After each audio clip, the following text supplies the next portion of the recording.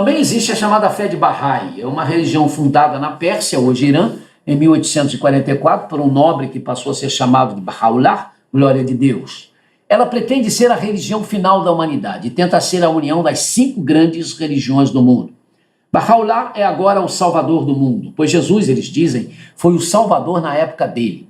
É uma religião pacifista, tremendamente voltada para a justiça e controle pessoal e vem atraindo muitos adeptos pelo seu pacifismo, pela sua filosofia e obras assistenciais. Ela é a base do que se chama de Nova Era e, segundo os seus ensinos, Deus se manifestou à humanidade por meio dos seus 9 profetas, a saber, Hare Krishna, Moisés, Buda, Zoroastro, Confúcio, Jesus Cristo, Maomé e, finalmente, o Baba, Baha'u'lláh, que então é o mais completo desses profetas. É uma religião de ênfase à ética natural do ser humano. Temos também a Nova Era. Apesar do nome, ela nada tem de nova. Por não ser um credo definido, não é fácil explicar as suas crenças e não se sabe até onde o seu grande sucesso está na sua filosofia ou na sua comercialização. Ela prega uma restauração do paraíso terrestre, mistura crenças pagãs antigas com o misticismo e com a filosofia. Ela é eclética, filosófica sem um credo definido, também é esotérica, a verdade se destina a um grupo seleto de pessoas. Para uns, ela tem um novo Cristo, o Senhor Maitreya, que é alguém que já está no mundo, esperando o dia de se manifestar como a salvação do mundo. Mas, para outros adeptos desse movimento, Maitreya não é uma pessoa, e sim um princípio. De qualquer forma, seja uma pessoa ou um princípio, Maitreya tem a ver com a era de Aquário, a era do século XXI. Este movimento religioso lança a mão de símbolos religiosos antigos e destaca o valor do pensamento positivo de uma forma religiosa. Para eles, o cristianismo, como apresentado no Novo Testamento, já está superado. Como na fé de Bahá'í, os seguidores da Nova Era também dão grande valor à mística dos números, dos nomes e das letras, e não tem Jesus como Senhor e Salvador. A Wicca é uma religião que, segundo seus seguidores, é a arte da feitiçaria moderna, ou a arte dos bons feiticeiros. Sua natureza é xamanística, isto é, uma religião que afirma ter poderes supranormais, através da qual se pratica curas, fazem-se adivinhações e se orientam as almas para que sejam felizes. Na Wicca se cultuam 2 divindades principais que podem ser representadas por outros deuses menores. Essas divindades principais são a deusa mãe, que é o aspecto feminino, em sua expressão maior, e o seu consorte e, ao mesmo tempo, filho, o deus cornífero, que é o aspecto masculino em sua expressão maior. A Wicca inclui a prática de várias formas do que chamam de alta magia, magia branca, com propósitos, eles explicam, de cura psíquica ou física, neutralização de negatividade e crescimento espiritual, mas sabe-se da prática da chamada magia negra entre seus adeptos. Na Wicca se crê também na reencarnação, que é o desejo de renascer no mesmo tempo e lugar dos seus entes queridos. Esta religião pretende ser a ressuscitação do antigo paganismo, que seus adeptos dizem ter sido a primeira religião do mundo. Por isso pode poder ser chamada também, eles gostam de ser chamados de neopagãos, ou neopaganismo. Como vimos, Jesus Cristo não tem lugar nela.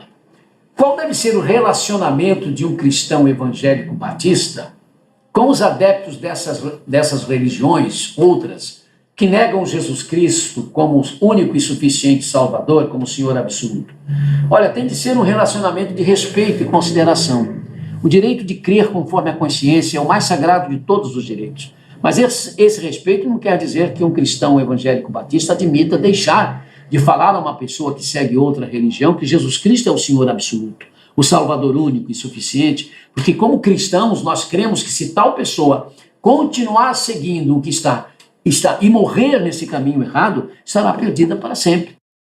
É verdade que existem denominações que se dizem cristãs, mas que não ensinam claramente Jesus Cristo como único e suficiente Salvador? Infelizmente é verdade.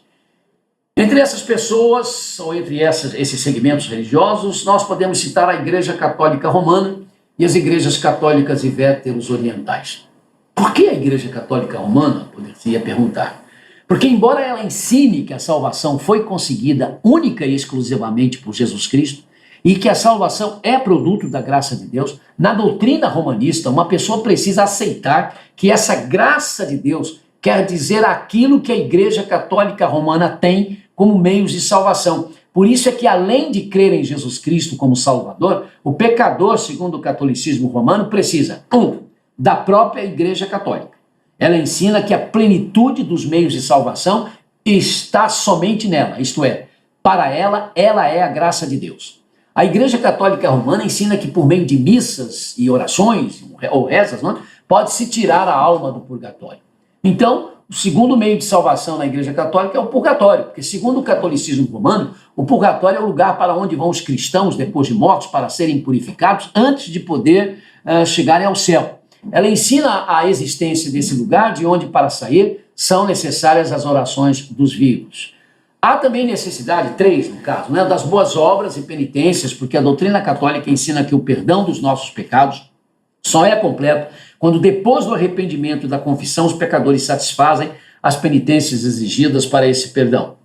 É pela penitência, diz o catecismo católico, que se põe fim à reparação da injúria feita a Deus pelos pecados cometidos.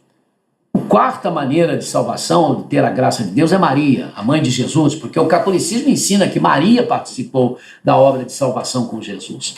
A oração a Maria explica bem isso, porque nela está: rogai por nós, os pecadores, na hora da nossa morte. Isto é, o católico, nesse caso, é ensinado a depender de Maria na hora da sua morte. Infelizmente, Jesus Cristo não é suficiente no catolicismo romano. Também no catolicismo se faz necessário o batismo, é o quinto meio. Segundo o catolicismo, o batismo é indispensável à salvação de uma pessoa, porque na doutrina católica, o batismo faz com que Jesus Cristo nos dê a vida e nos torne seus irmãos. A igreja também precisa da Eucaristia, porque segundo o catecismo católico, a Eucaristia tem o poder de conservar, aumentar a vida da alma, apagar os pecados veniais e preservar a pessoa dos pecados mortais. Unir o comungante a Jesus Cristo para que o mesmo viva a sua vida em Cristo, servir para aliviar as almas do purgatório, aliviando e abreviando os seus sofrimentos. Além da Igreja Católica Romana, as igrejas católicas ortodoxas e vetero-orientais, ou às vezes chamadas de ortodoxas orientais, ensinam doutrinas semelhantes, com uma ou outra diferença. Qual deve ser, então, o relacionamento de um cristão evangélico e batista com esses cristãos que colocam tantas maneiras de se conseguir a salvação além de Jesus Cristo? Olha, de respeito e consideração, e também de troca de ideias, de opiniões. O cristão batista deve sempre deixar claro a uma pessoa que se considera cristã, mas que depende de tantos meios ou de tantas ajudas para a sua salvação, que somente Jesus Cristo e ninguém mais pode ser o seu Salvador. É verdade que existem segmentos que, embora parecendo com os cristãos evangélicos, nada têm a ver conosco? É verdade. E como exemplo, nós podemos citar as Testemunhas de Jeová, a Igreja de Jesus Cristo dos Santos dos Últimos Dias, os Mormons, a Igreja de Cristo Cientista, a Igreja Universal de Deus, a Igreja Apostólica, a Igreja da Vó Rosa, os Meninos de Deus, também chamado de A Família, a Igreja da Unificação, a Igreja Neoapostólica e outras. Esses segmentos confundem as pessoas e os cristãos evangélicos porque possuem práticas semelhantes às nossas e também usam a Bíblia, mas todas elas negam a Trindade, com exceção da Neoapostólica, negam de fato a Bíblia como fonte final de autoridade, não dão ênfase ou importância à obra de Cristo na cruz do Calvário para a nossa salvação. Todas elas ensinam uma salvação que depende da obediência irrestrita aos ensinos do grupo religioso. Como deve ser o nosso relacionamento com os adeptos desses grupos? Também de respeito e consideração, o que normalmente eles não têm conosco. De qualquer forma, cada batista deve estar sempre preparado para responder aos ataques das pessoas que, adeptas desse grupo, nos abordam.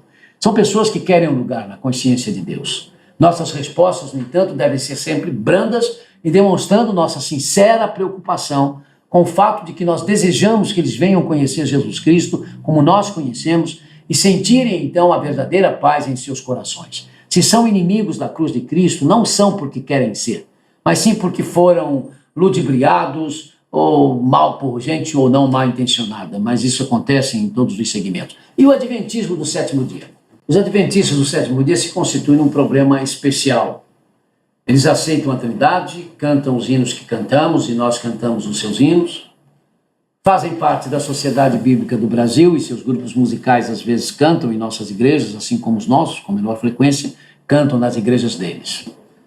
Em sua literatura, eles citam, às vezes, pregadores e líderes de denominações evangélicas como citações corretas e costumam se referir aos reformadores, Lutero, Wesley, por exemplo, como homens de Deus. Nas suas declarações doutrinárias oficiais, dizem que a salvação é pela fé em Cristo, pela graça de Deus, somente, de forma que para um grupo de teólogos evangélicos e ou protestantes, eles até podem ser considerados protestantes e ou evangélicos, tanto que, recentemente, a Federação Luterana Mundial reconheceu a Igreja Adventista do Sétimo Dia como uma denominação cristã, não como uma seita.